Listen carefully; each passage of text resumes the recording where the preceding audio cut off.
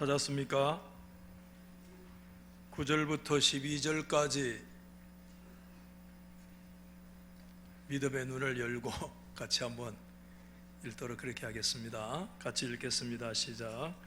보아스가 장로들과 모든 백성에게 이르되 내가 엘리멜렉과 기럨과 말론에게 있던 모든 것을 나오미의 손에서 산 이래 너희가 오늘 정인이 되었고 또 말론의 아내 모압 여인 룻을 사서 나의 아내로 맞이하고 그 죽은 자의 기업을 그의 이름으로 세워 그의 이름이 그의 형제 중과 그곳 성문에서 끊어지지 아니하게 하매 너희가 오늘 정인이 되었느니라 하니 성문에 있는 모든 백성과 장로들이 이르되 우리가 정인이 되나니 여호와께서 내 집에 들어가는 여인으로 이스라엘의 집을 세운 라헬과 레아 두 사람과 같게 하시고 네가 에브라스에서 유력하고 베들레헴에서 유명하게 하시기를 원하며 여호와께서 이 젊은 여자로 말미암아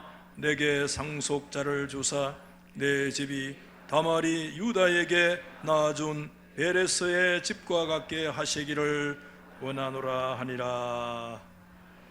아멘. 할렐루야. 한 번 더 하겠습니다. 할렐루야. 좌우에 한번 인사하겠습니다. 잘 오셨습니다. 예, 더위도 한풀 꺾였어요.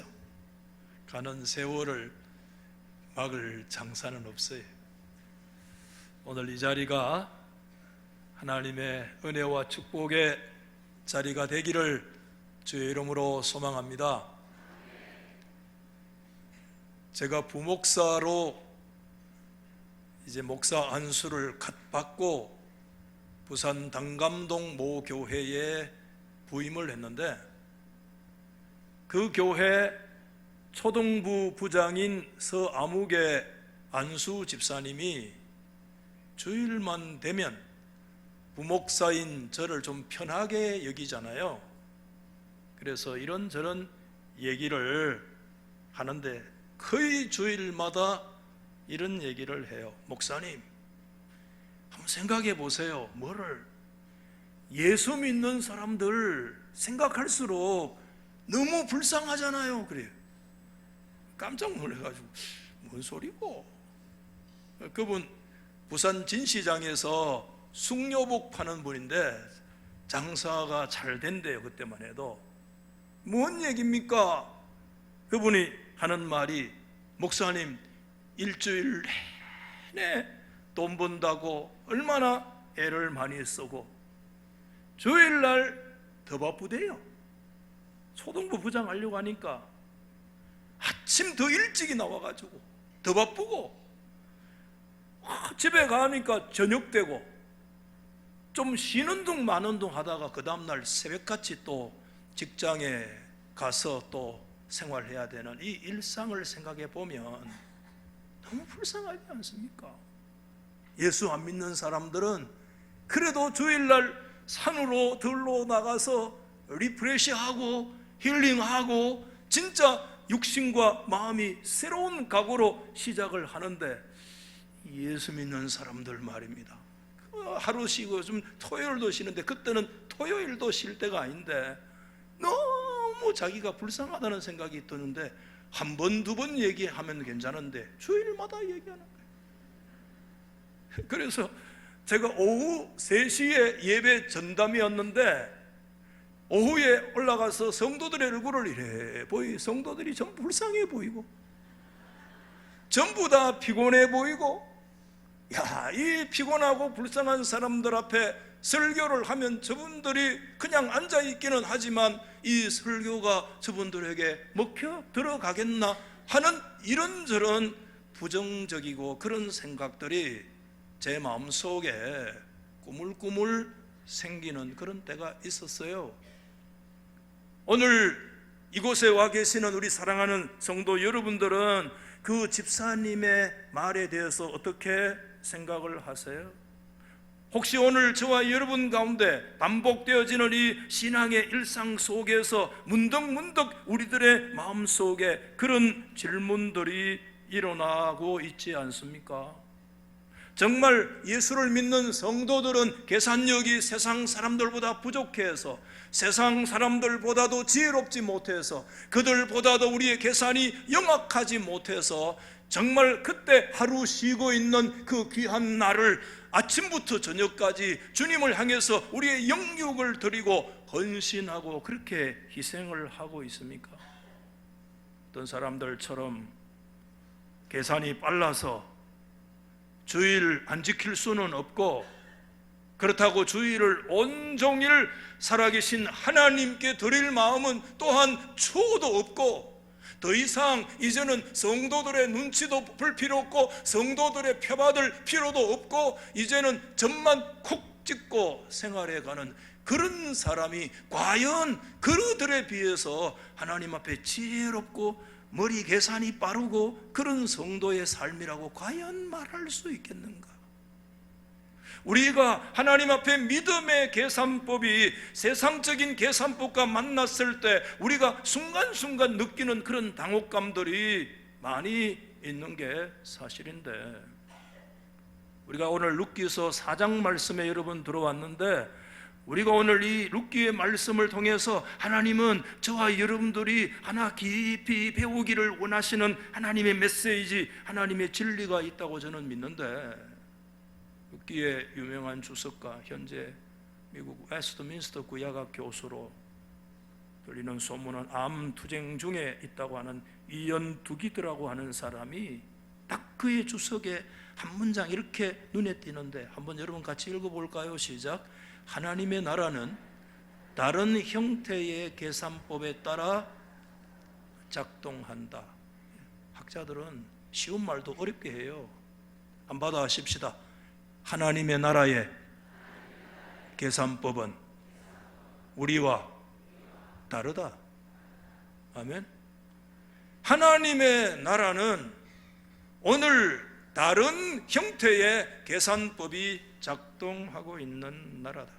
그래서 이언 두기드는 그 다음 문장에서 이런 계산법을 일컬어서 새로운 수학이라 이렇게 얘기했어요.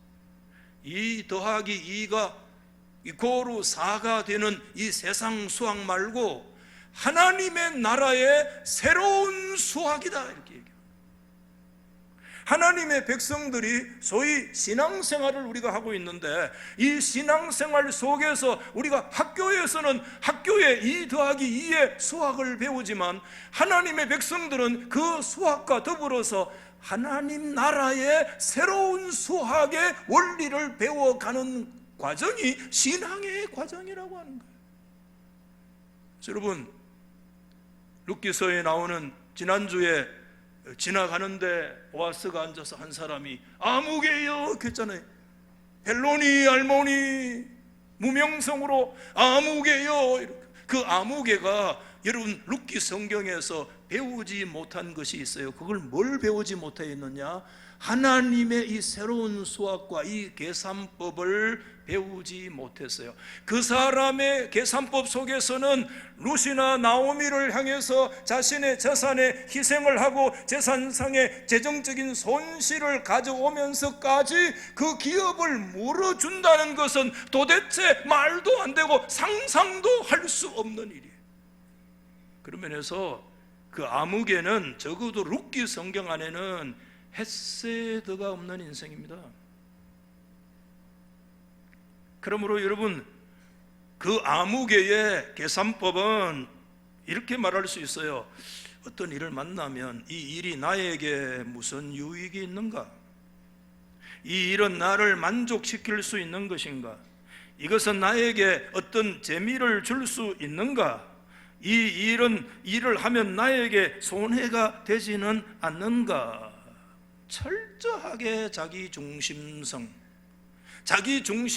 뚜렷한 것만큼 그의 인생 속에 철저하게 누가 배제되어 있는가 하면 하나님이 배제된 계산법.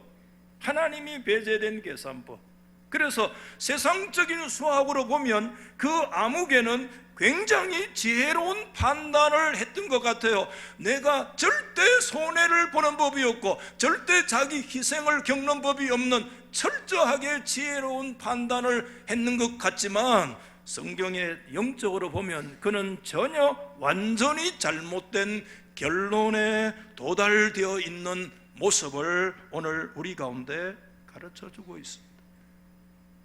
여러분, 이 아무개라고 하는 사람은 사실상 룻기 성경 안에 고엘이라고 하는 기업을 물어준다, 굉장히 중요한 직분이고, 성경 이 룻기 안에서 사실상 가장 중요한 직무가 핵심이 고엘입니다. 기업을 물어준다는 사람입니다.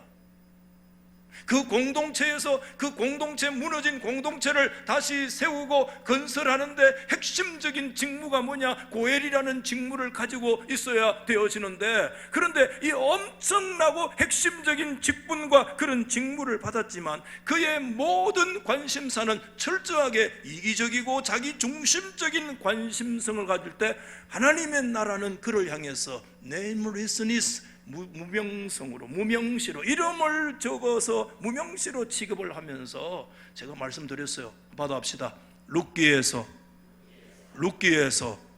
무명은 뭐라고 그랬어요? 하나님의 심판이라. 잘 기억하시네요. 굉장히 중요해요. 굉장히 공동체에서 핵심적인 직분을 가지고 있습니다.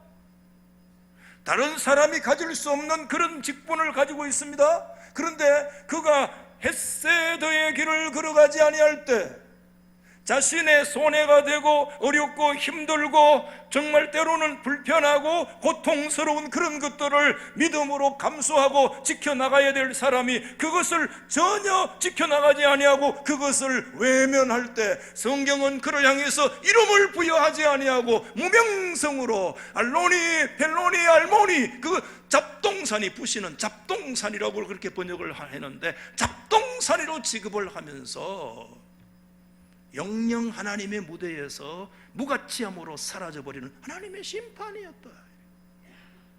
여러분, 그런데 비해서요, 보아스라고 하는 사람을 여러분 보시는 것처럼 보아스는 이 하나님의 새로운 수학에 A+ 학점을 받은 사람임에 틀림이 없어요. 여러분, 우리가 지금 진행되어지고 있는 이 자리는 베들레헴 성문 앞에 부러지고 있는 율법회의라고 지난주에 말씀을 드렸잖아요. 그렇기 때문에 이 4장, 이 본문은 고대 법정의 기록이라고 말씀을 드렸기 때문에 지금 이 재판 절차가 그 베들레헴의 10명의 장로인 정인들 세워놓고 뿐만 아니라 그 성문 앞으로 지금 다니고 저 들로 나가고 들어가는 사람들, 백성들이 그 모든 정인으로서 그 자리를 지키고 있는 이 율법회의가 지금 재판이 벌어지고 있는 이곳에서, 여러분, 나오미가 마지막에 그런 얘기 했잖아요. 룻기서 마지막 절에 그가 이 일을 성취하기까지는 결코 쉬지 아니하리라는 그 확신처럼, 정말 여러분, 보아스는 쉬지 않습니다.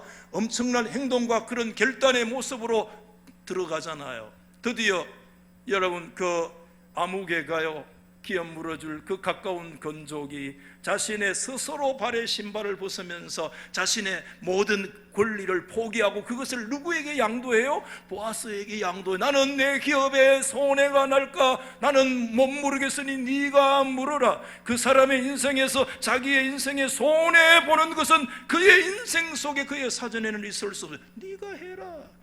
그 기업의 권한을 보아스가 탁 신발을 손에 딱 쥐고 나서, 이제 보십시오, 그 온 정인들 앞에서 오늘 2번에 걸쳐서 너희가 오늘날 이 일의 정인이다, 너희가 오늘날 이 일의 정인이다, 9절과 10절에 2번의 그 말씀을 하면서 이제 이전에 했던 그 얘기를 여러분 실행을 하면서 아주 구체화해 나가는 그런 보아스의 모습을 보게 되는데, 여러분, 오늘 이 성경에 어떻게 구체화해 나가는가 하면 기업을 물어주는 그 일에, 오늘 앞에 3절에서는요 우리 형제 엘리멜렉의 소유지라고 얘기했던 것이 오늘 9절에 보면 엘리멜렉뿐만 아니고 기럧과 말론에게 있던 모든 것이라고 점점 구체화되어지고 있어요. 룻의 신분도 구체화하게 돼요.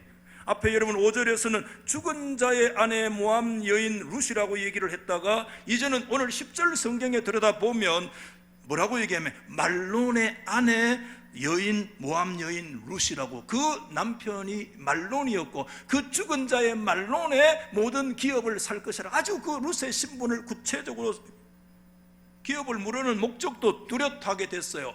앞에 5절 말씀에 보면 죽은 자의 기업을 그의 이름으로 세워야 할지니라 그렇게 말씀을 했지만, 오늘 여러분 10절 말씀에 보면 이렇게 얘기합니다. 그 죽은 자의 기업을 그의 형제 그의 이름으로 세워 그의 이름이 그의 형제 중과 그곳 성문에서 끊어지지 아니하게 하리라고 앞부분의 얘기를 반복하는 것 같지만 굉장히 명료하면서 구체적으로 그 문제를 이렇게 실행해 나가고 있는 그 모습을 우리 가운데 보여주는데, 이것은 우리에게 뭘 말하냐면 받아가십시다. 헤세드가 보아스는 위대한 헤세드의 사람이다. 그걸 우리 가운데 보아스가 얼마나 놀라운 헤세드의 사람인가를 얘기해주고, 왜냐하면 그는 하나님의 나라를 위해서 무너진 형제의 집을 다시 세우기 위해서 계산하지 않습니다. 여러분, 어느 정도인가 하면 원래 엘리멜렉의 그 앞에 나오는 아무개라는 사람은요, 엘리멜렉의 그 토지 하나를 물을 수 있는 그런 마음이 전혀 없었던 데 비해서 오늘 여러분 보아스를 보십시오. 여러분 9절에 보면 엘리멜렉에게 있던 모든 것이라고 그랬어요. 받아봅시다. 모든 것, 하나만 아니고요, 엘리멜렉과 관계되는 모든 것에 대해서 내가 다 기업을 물으겠다. 뭘 얘기해요? 정말 이 보아스가 아주 탁월한 헤세드의 사람인 것을 우리 가운데 가르치고 있어요. 어디 그뿐이 아니에요. 심지어 기련과 말론에게 있던 모든 것까지 내가 기업을 물으겠다. 여기서 여러분 이해가 잘 안 되죠? 지금 룻은 누구의 아내였습니까? 말론의 아내였습니다. 그런데 지금 보아스는 누구의 것까지 물어준다고 그래요? 기련의 기업까지 내가 엘리멜렉과 기련과 말론은 룻의 남편이었기 때문에 그 말할 것도 없지만 엘리멜렉과 기련까지는 사실 할 필요가 없어요. 물을 수도 없어요, 어떤 면에서. 근데 그것까지 한다는 거예요. 기련의 아내는 누구였습니까? 오르바라고 1장에서 자기 고향으로 시어머니가 돌아갈 때 여러분 못 이긴 듯하고 눈물을 흘리며 돌아갔던 여인이 기련의 아내 오르바였잖아요. 그런데 오늘 보십시오. 말론의 아내 룻은 말할 것도 없고 엘리멜렉뿐만 아니라 심지어 기련의 기업들까지 내가 모든 것의 기업을 내가 물어주겠다라고 얘기를 하는 것은 이 보아스라고 하는 사람이 얼마만큼 하나님의 풍성한 헤세드의 사람인가를 우리 가운데 가르쳐주고 있는 모습을 보게 돼요. 여러분, 여기서 좀 이렇게 관심 있는 분은 이제 이런 1장에서 보면 다 전 가족의 이름이 1장에 다 나왔잖아요. 엘리멜렉 나왔죠. 그 다음에 누가 나와요? 또 기련도 나오고 말론도 나오고 나오미도 나오고 룻도 나오고 오르바도 1장에는 다 이름이 이제 나오다가 중간에 딱 그런 이름이 안 나왔는데 마지막 4장 부분에 오면 다시 오늘 그 1장의 죽은 자들의 이름, 그 가족 엘리멜렉 전체의 이름이 다시 한번 여기에서 지금 등장되어지고 있어요. 이게 룻기의 1, 2, 3, 4장으로 흘러가는 이 전개 속에 굉장히 중요한 의미를 가지고 있는데 두 가지로 요약을 할 수가 있어요. 왜 1장에 나타나 있는 그 전체 가족의 이름이 오늘 이 4장 본문에 다시 전체 가족들이 여기에서 또 한 번 언급되어지고 있느냐? 그 첫 번째 이유는 어떤 분이 이렇게 얘기했어요. 여러분 4장에 1장에 그 모든 내용이 뭐예요? 죽음이잖아요. 그렇죠? 흉년이 들어가지고 고향에 살지도 못하고 그렇게 해서 그것도 언약의 백성이 여러분 요단강을 건너서 저 모압 땅까지 가서 살아야 된다. 그 자체가 비극인데 그뿐만 아닙니다. 그 모압 땅에 갔는데 무슨 이유인지 성경은 밝히지도 아니하고 엘리멜렉이 죽었어요. 사람 죽었는데 눈 좀 뜨세요. 누가 죽었다고요? 엘리멜렉이 죽었어요. 벌써 죽은 지 한참 됐잖아요. 석 달째 지금 내가 설교하는데 석 달 전에 이미 죽었어요. 예? 누가 죽었다고요? 엘리멜렉이 죽었어요. 이게 지금 충격적이에요. 그런데 그뿐만 아니라 또 누가 죽었어요? 기럐도 죽었어요. 그 다음에 또 누가 죽었어요? 말론도 죽었어. 아이고야, 세 명이 죽었는데 아직 눈을 감고 있네. 이야, 엄청난 비극이야 이거. 그런데 여러분, 1장에 엄청난 비극의 역사에 그 전 가족의 이름들이 언급되어지고 있는데, 어떻게 4장에 다시 그 죽은 엘리멜렉과 기럐과 말론이라고 하는 그 가족들의 이름이 또 한 번 4장에 와서 언급되어지고 있나? 다시 1장의 그 죽음과 그 슬픔과 비극을 다시 그들의 마음속에 다시 일으키기 위해서 그렇게 아니라는 거예요. 받아하십시다. 주제적으로 비극의 스토리가 끝을 내고 있다. 1장에서는 비극이요, 슬픔이요, 죽음이요, 탄식이요, 말할 수 없는 절망, 죽고 또 죽어. 그냥 사람만 죽은 것이 아니라 살아있는 사람들도 그 심령은 절망 속에 죽어있는, 정말 희망이라고는 전혀 없는 1장의 그 깊은 절망과 비극의 역사 속에 4장 말씀에 오면 그 이름이 다시 언급되는 이유가 뭐냐? 그 절망의 비극의 역사가 종지부를 찍고 있다. 할렐루야. 저와 여러분에게 그런 역사가 일어나기를 주의 이름으로 축원합니다. 그런데 중요한 것은 누구의 역사를 통해서 그 1장의 비극의 종지부가 찍어지고 비극의 스토리가 끝을 내고 있는가 하면, 보아스라고 하는 사람의 헤세드의 인생의 길을 통해서, 보아스의 헤세드의 그 삶의 역사를 통해서 한 가문 전체가 무너졌고 한 가문 전체에 엄청난 비극적인 스토리가 있었지만, 한 사람의 헤세드와 자기 희생과 자기 섬김의 역사를 통해서 무너진 한 집안이 다시 세워지고, 아멘. 죽음의 역사가 생명으로 다시 나타나고, 절망이 다시 희망과 용기와 소망을 가지게 되어지고, 그 비극적인 스토리가 종지부를 찍게 되어지는 그런 역사는 어디에서 시작되어지느냐 하면, 계산하지 않는 하나님의 나라의 계산법을 따라서 나아가는 한 인생의 자기 희생적인 헤세드의 인생의 삶을 통해서 하나님의 그와 같은 위대한 회복과 치유의 역사들이 일어나게 된다. 할렐루야. 헤세드의 능력입니다. 여러분, 보아스라는 사람이 굉장히 위대해요. 이 복음입니다. 여러분, 우리가 신약 성경에 우리는 복음의 핵심인 예수 그리스도와 그분의 십자가의 희생을 우리는 잘 알고 있습니다. 그러나 여러분, 오늘 이 구약 성경에 어디에도 예수 그리스도에 대한 얘기가 나타나 있지 않지만, 그러나 오늘 이 룻기서 성경은, 오늘 이 부분은 이 보아스의 자기 계산하지 않는 자기 희생, 자기의 삶을 온통 들여서 모든 것들을 투자해서 무너진 한 인생들을, 그 비극을 종지부를 찍고 새로운 삶의 희망의 스토리를 열어나가는 이와 같은 그 역사는 오늘 우리 가운데 구약의 룻기가 들려주는 죽기의 복음입니다.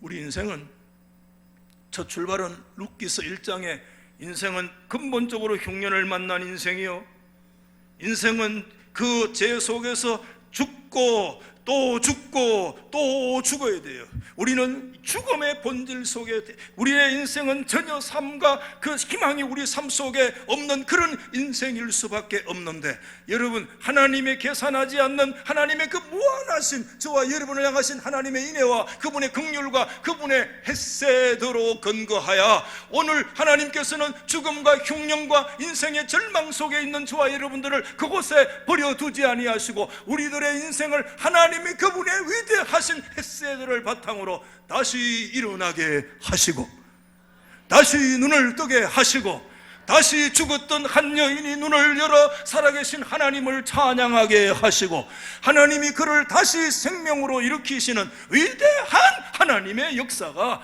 뭘 통해서 일어나느냐? 헤세드를 통해서 일어나더라. 할렐루야. 그러므로 여러분, 헤세드에 가는 길은 자기 희생의 길, 자기 희생이 없는 헤세드의 길은 있을 수가 없어요. 헤세드에 가는 길은 십자가의 길입니다. 그래서 여러분, 크리스토퍼 라이트라고 하는 사람이 그런 얘기를 했어요. 현대를 위한 구약에 가르치는 윤리에서 구속받은 공동체의 경제 윤리는 받아하십시다. 나눔의 영역을 넘어서서 희생의 영역까지 들어가야 된다. 나눔도 굉장히 중요해요.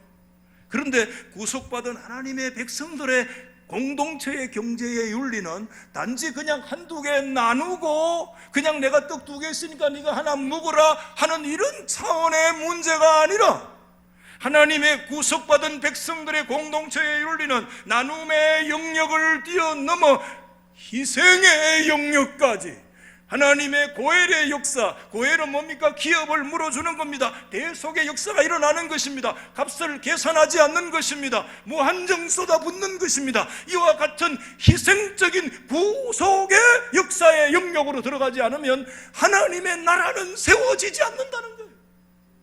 이해되세요?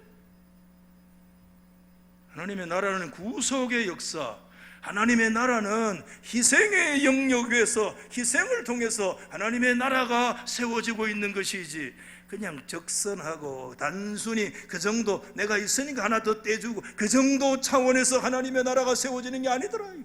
그것도 굉장히 귀하지만, 그리고 또 하나 이유가, 1장에서 그렇게 죽음의 명단들이 이렇게 쫙 있는데 4장에서 다시 그 죽음의 명단을 다시 기억하고 싶었겠어요? 그런데 오늘 4장에 다시 이것들을 기억하고 다시 역사의 무대로 끄집어내고 있는 이유가 또 하나 있다 이거예요. 그게 뭐냐 하면, 실상은요, 하나님께서 죽은 자를 위한 것이 아니에요. 하나님은 산 자의 하나님이세요.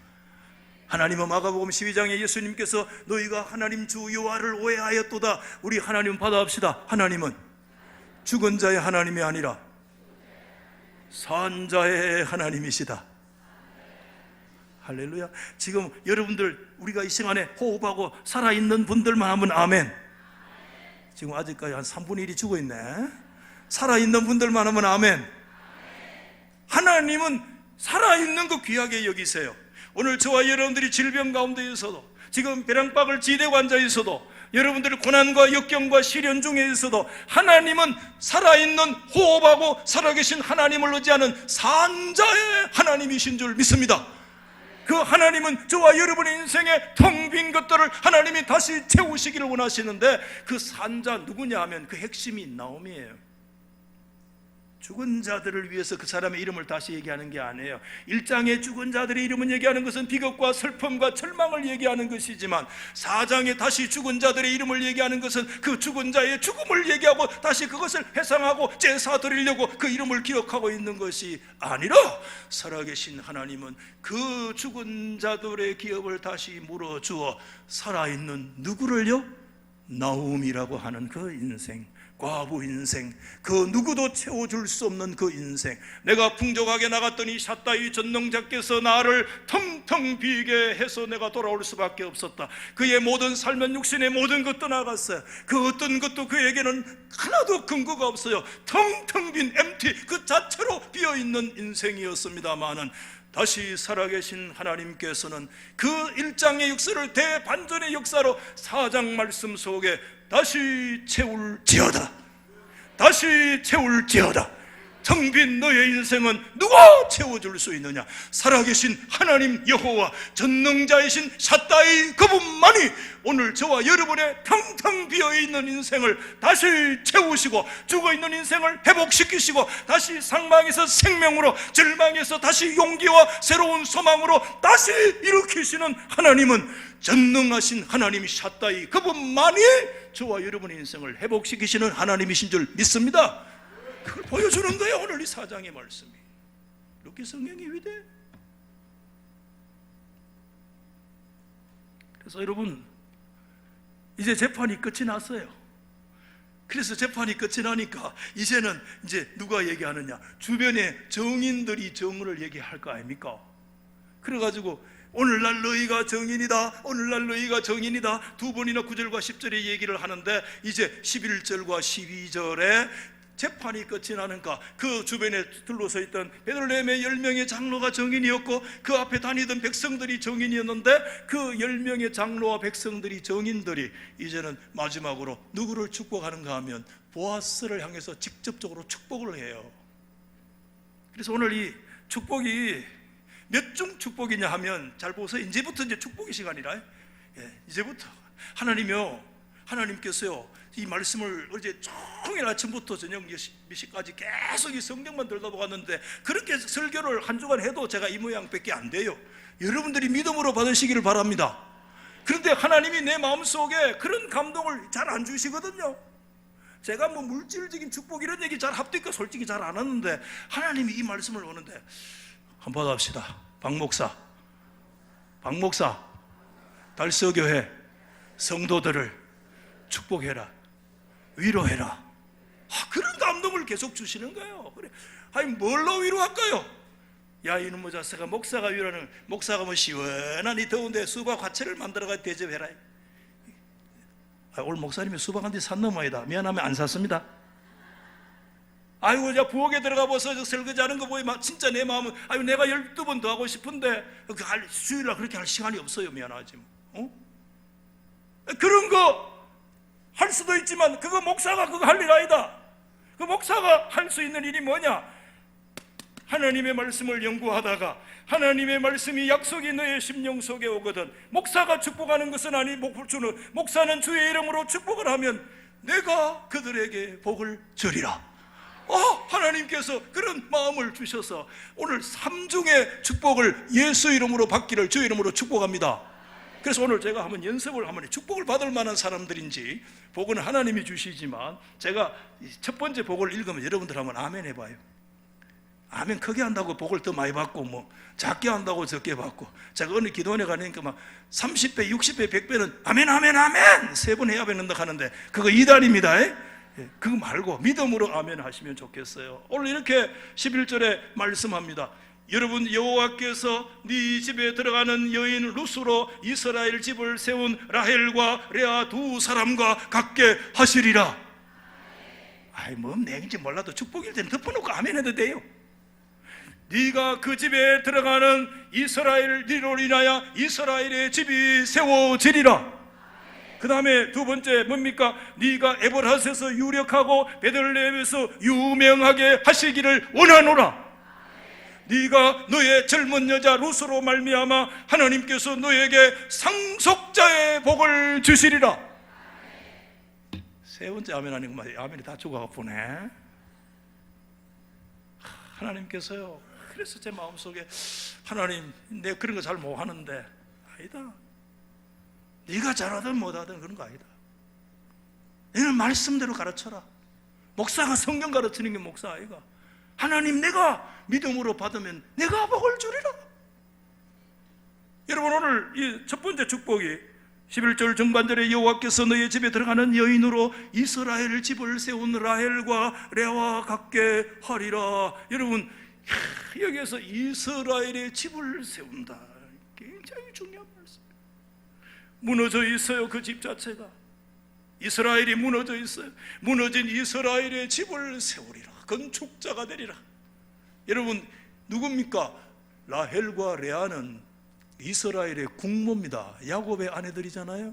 그 두 아내와 그 밑에 몸종을 통해서 12명의 자녀를 생산하고 이스라엘의 12지파를 형성하고, 이스라엘 12지파가 이스라엘의 국가를 형성하는 기초를, 그래서 야곱은 이스라엘의 국보예요. 야곱의 이름이 이스라엘의 이름이 지금까지 되어 있잖아요. 여러분, 그 라헬과 레아는 뭡니까? 이스라엘의 국모입니다. 그 모함 여인이었고 이방 여인이었고 심지어 죽은 자의 아내였던 그 여인이 이스라엘의 국모인 라헬과 레아와 같은 믿음의 국모의 자리에 서게 되리라. 할렐루야. 그 여인이 들어가는 그 여인을 통해서 무너진 이스라엘의 집이 다시 세워지는 그런 역사가 일어나게 되리라. 여러분, 오늘 하나님께서 저와 여러분의 이걸 축복의 통로라고 얘기하는데, 하나님께서 저와 여러분들이 가는 인생에 우리를 통해서 그 인생과 그 집안이 믿음으로 세워지는 역사가 일어나게 될 줄 믿습니다. 우리 사랑하는 자녀들을 통해서, 그들을 가는 곳마다 그들을 통해서 주의 나라가 다시 세워지고, 그들을 통해서 국가와 민족이 다시 세워지고, 주의 하나님의 세계가 우리 믿음의 자녀들을 통해서, 그들을 통하여 하나님이 다시 세우시는 역사가 일어나게 되리라. 할렐루야. 여러분, 현실적으로 따져보세요. 룻이라는 여인이 그 집에 들어가려고 하면 보아스가 경제적으로 이득을 받습니까? 손실을 받습니까? 엄청난 손실을 받습니다. 따지지 아니하는 손실을 받습니다. 여러분, 굉장히 인간적으로 보면 그 계산은 있을 수 없어요. 그렇기 때문에 머리 잘 들어가는 그 아무개는 계산해 보니까 내 기업이 망할 것, 내 기업이 손해볼 것 같으니까 나는 손해볼까 못하겠다. 그런데 여러분, 그 보아스라는 사람은 손해를 감수하고 돈 계산을 사실 하지 아니하고 하나님의 율법의 정신 가지고 하나님의 무너진 이웃의 그 나라를 세우기 위해서 일모투진해 나갈 때 룻이라는 한 여인 때문에 사실상 재정적으로 큰 손실을 가져오는 그런 사람이었어요. 세상 수학은 그렇게 돌아가요. 그런데 여러분, 아니에요. 하나님께서는 그 룻을 통하여, 하나님은 일순간 재정적인 손실이 있는 것 같지만 하나님은 그 여인을 통해서 너의 집이 다시 세워지게 되리라. 할렐루야. 저와 여러분이 하나님 앞에 복을 받으려면 하나님 앞에 이 복, 축복의 거룩한 통로가 되는, 너와 너의 통하여 세상 백성들이 복을 받게 되리라. 이게 아브라함에게 주셨던 하나님의 언약의 축복을 제일 축복으로 말씀해 주고 있는데, 두 번째 축복이 여러분 오늘 11절 하반절 말씀에 보면 네가 에보랏에서 유력하고 베들레헴에서 유명하게 하시기를 원하노라. 여러분, 이 말씀은 문자 그대로 받아합시다. 유력하고 유명한 복을 받을지어다. 여기에 유력하다는 말씀은 문자적으로 무슨 뜻이냐 하면 물질의 부를 얻는다, 그런 뜻입니다. 부를 얻는다는 것입니다. 아까 지금 말씀드렸잖아요. 현실적으로는 지금 보아스가 이 기업물을 하나님 앞에서 이와 같은 길들을 걸어갈 때 굉장히 재산상의 손실을 크게 지금 입고 있습니다. 그런데 하나님께서는 그가 입은 하나님의 그 역사를 위해서 재산상의 그 손실을 그냥 버려두지 않고 하나님이 다시 그것을 보존하고 채워주시리라. 저와 여러분들이요, 하나님 앞에요, 믿음으로 나아가려고 할 때요, 헤세드의 길을 걸어갈 때 자기 희생의 역사가 없이 헤세드의 길을 걸어갈 수 없습니다. 때로는 시간도, 때로는 물질적으로도, 신앙생활을 하다 보면 물질적으로, 계산적으로 손해볼 때가 있어요. 근데 여러분, 하나님은 반드시 그거 기억하고 계세요. 지금 숫자적으로 이 세상 산수로 볼 때 내가 11조하고 내가 이와 같이 어렵고 힘들고 불편한 거 내가 감당하면 내가 분명히 지금 여기에서 손해보는 것 같고 물질적으로는 마이너스 되는 것 같은 거 틀림없어요. 근데 헤세드에 가는 그 길을 하나님이 기억하고 계세요. 저는 저의 아들 불러놓고 그런 교훈을 합니다. 내가 너희들한테 뭘 주겠나? 아무것도 줄 건 없다. 근데 기억해라, 너는 내가 죽어도 너는 목사 아들이다. 내가 죽어도 며느리 안 되겠어요. 들어봐라, 여기 앉아서.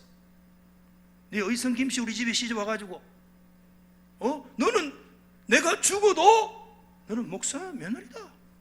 그래서 네가 앞으로 자라면 역시 목사 아들이 잘하는구나, 목사 며느리가 다르네, 이 소리 듣고 하나님이 영광 받을 것이고, 네가 잘못하면 목사 아들이 왜 저래, 목사 며느리가 영 파이네, 이런 소리를 들을 거다. 그러면 네가 인간적으로 한번 물어보자. 네가 불편하나 불편하지 않나? 불편하대요.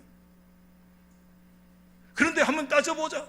그것이 하나님께서 너에게 복의 통로가 되겠나, 하나님께서 너에게 축복의 그 저주의 통로가 되겠나 생각해 봐라. 네가 거룩한 불편들, 네가 거룩한 부담감들을 가지고 네 인생을 하나님 앞에 자신을 스스로 절제하고 하나님 앞에 복종하면서 살아갈 때 하나님께서 네 인생에 복을 안 주시겠나? 아멘 해라.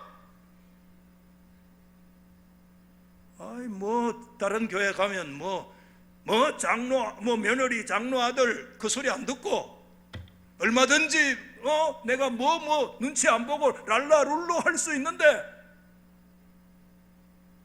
그래도 여러분 불편한 거 있고 때로는 손해보는 거 있고 그런 거 있는 것 같아도 그 길을요, 헤세드의 길을 걸어갈 때 하나님은 반드시 그것을 보시고요, 반드시 하나님이 갚아주십니다. 꿋꿋하게 그 자리 지키란 말이에요. 그리고 유명하게 되겠다, 이거 말로 그대로 유명하다는 거예요. 이거 뭡니까? 여러분, 한 인간 보아스가요 다윗의 정조부가 되고, 여러분 다윗의 정조부가 되고, 여러분 보세요, 그 다윗 때 가가지고 그 가문이 일개 왕가를 이루는 역사가 일어납니다. 여러분 이스라엘의 가문들 가운데, 유대의 가문들 가운데 여러분 다윗의 가문보다 더 뛰어난 가문이 있습니까? 메시아의 가문, 아브라함과 다윗의 자손 예수 그리스도라고 얘기해. 최고의 유대 가문이 다윗의 가문인데, 네가 유력하고 유명하게 되리라. 하나님께서 큰 일을 내다보시고 다윗의 왕가를 이루는 엄청난 다윗의 정조부가 되는 역사가 일어나. 마지막 세 번째 축복이 뭐냐? 여러분 오늘 12절에 오늘 이렇게 얘기하잖아요. 여호와께서 이 젊은 여자 누굽니까? 룻이잖아요. 여호와께서 룻을 통해서 너에게 뭐를 준다? 상속자를 준다. 여러분 제가 이 성경을 연구하다가 오늘 마지막이에요, 게리 필립스라는 사람의 책을 봤는데 이 부분을 그렇게 얘기를 해놨어요. 여기에서 상속자라는 말은 문자적으로 제라라는 히브리 단어는 씨라는 뜻이에요. 씨, 하나님의 언약의 자손을 씨라고 얘기하잖아요. 그래서 하나님께서 보아스 너에게 룻을 통해서 너에게 제라, 너에게 씨를 주겠다. 우리 성경이 그 씨를 상속자라고 이렇게 번역을 했는데, 이 게리 필립스라는 사람이 이 부분을 뭐라고 해석을 하느냐 하면, 어쩌면 그때까지 보아스에게 뭐가 없었는가 하면 씨가 없었다. 보아스에게 상속자가 없었다. 그렇게 해석을 해요. 깜짝 놀랐어요. 그럴 수 있겠다. 여러분 이러고 저런 거 다 가질 수 있어도, 명예도 가지고 물질도 가지고 다 하지만 생명은 하나님의 것인 줄 믿습니까?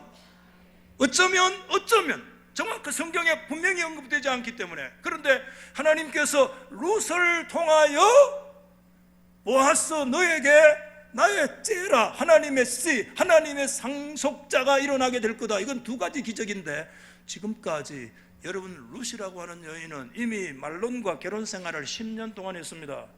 그 10년 속에도 하나님께서 태의 문을 열어주지 아니하신 거예요. 다음 주에 보면 나와요. 여호와께서 룻으로 하여금 임신케 하셨다는 것은 뒤집으면 그 이전 10년의 삶 속에 하나님이 생명을 주시지 아니하고 10년 동안 이전의 결혼 생활에 불임의 상태로 있었다는 거예요. 이 인간의 힘으로 할 수 없는 이 그 당시. 그러면 만약에 이 게리 필립스의 해석을 적극적으로 받아서 보아스는 그때 모든 그 너의 후손들이라고 얘기하지 아니하고 너의 상속자 단수를 얘기하고 씨를 제라를 내가 준다는 것은 다 가지고 명예도 있고 물질도 있고 다 가졌는데 그에게 뭐가 없었느냐? 하나님이 씨를 주지 아니하시고 하나님의 상속자가 없는, 룻은 10년 동안 불임이었고 모든 그 가졌던 보아스도 하나님이 제라를 주시지 않아 상속자가 없는 이와 같은 상황이, 어떤 역사가 일어나느냐? 그 보아스의 헤세드의 역사를 통해서 룻이라는 여자를 만났을 때 하나님께서 두 가지 역사를 열어주시는데 10년 동안의 불임의 역사를 열어주셨어요. 할렐루야. 그리고 그 불임의 역사를 누구의 기도의 응답으로? 보아스에게 하나님께서 룻을 통하여 하나님의 제라를, 하나님이 상속자를, 하나님이 믿음의 씨를 하나님이 주셨습니다. 할렐루야. 엄청난 하나님의 기적. 불가능한 것을 하나님께서는 가능케 하시는 그런 역사가 저와 여러분의 삶 속에, 우리 자녀들의 걸어가는 인생 속에 일어나기를 예수의 이름으로 축원합니다. 문자적으로 우리 사랑하는 모든 자녀들, 젊은 사람들의 삶 속에 하나님이 태의 문을 열어주셔서 하나님이 그들에게 하나님의 믿음의 째라들, 하나님의 씨들, 하나님의 상속자들이 가정마다 예수 이름으로 일어나기를 주의 이름으로 축원합니다. 하나님이 그런 역사들을 우리 가운데 주신다는 거예요. 그리고 이런 얘기 그때 하잖아요. 다말이 유다에 낳아준 베레스의 집과 같게 하시기를 원하는, 앞으로 기회가 있으면 말씀을 더 드리겠습니다만은 창세기 38장까지 거슬러 올라가는 얘기잖아요. 고의적인 것은 아니지만, 유다는 며느리 다말 사이에 고의적인 것은 아니지만 태어난 아들이 베레스라는 아들이 태어났잖아요. 굉장히 어쩌면 도덕적으로 참 수치스러운 그런 조상의 역사를 가지고 있었는데, 그것도 하나님께서 복되게 하셨다는 것을 우리가 생각한다면, 여러분, 보아스와 룻은 어쩌면 정상적인 관계는 아니지만 그래도 하나님 앞에 헷세들을 가지고 성결하고 풍성한 삶을 살아갔던 그들 속에 태어나는 그 인생을 하나님이 어찌 복을 주시지 아니하시겠느냐의 말씀으로 우리 가운데 적극적으로 주고 계세요. 오늘 저 말씀을 마치려고 합니다. 여러분 한번 더 하십시다. 하나님은 헷세드의 하나님이시다. 하나님의 백성들이 걸어가야 할 유일한 길은 헷세드의 길인데, 헷세드의 길은, 자기 희생 없는 헷세드의 길은 일어날 수가 없다. 그때 하나님께서 그 길을 걸어가는 인생을 다시 하나님이 채우시는데, 네가 들어가는 곳마다 너로 인해서 무너진 집이 세워지게 되리라. 아브라함의 언약의 축복이 너로 인하여 축복의 통로가 되는 역사가 일어나게 되리라. 네가 이스라엘의 국모가 될 것이며, 네가 베들레헴에서 유력하고 네가 베들레헴에서 유명한 하나님의 구속의 역사에 지울 수 없는 그와 같은 자리에 네가 서게 되리라. 뿐만 아니라 너의 삶 속에, 너의 앞으로 인생 속에 인간의 힘과 지식으로 경륜으로 열어갈 수 없는 그런 수많은 불가능의 장벽들이 우리 앞에 놓여 있을 때, 그 불가능의 역사를 하나님이 문을 열어주시리라. 할렐루야. 이런 하나님의 역사가 저와 여러분 가운데 일어나기를 주의 이름으로 축원합니다.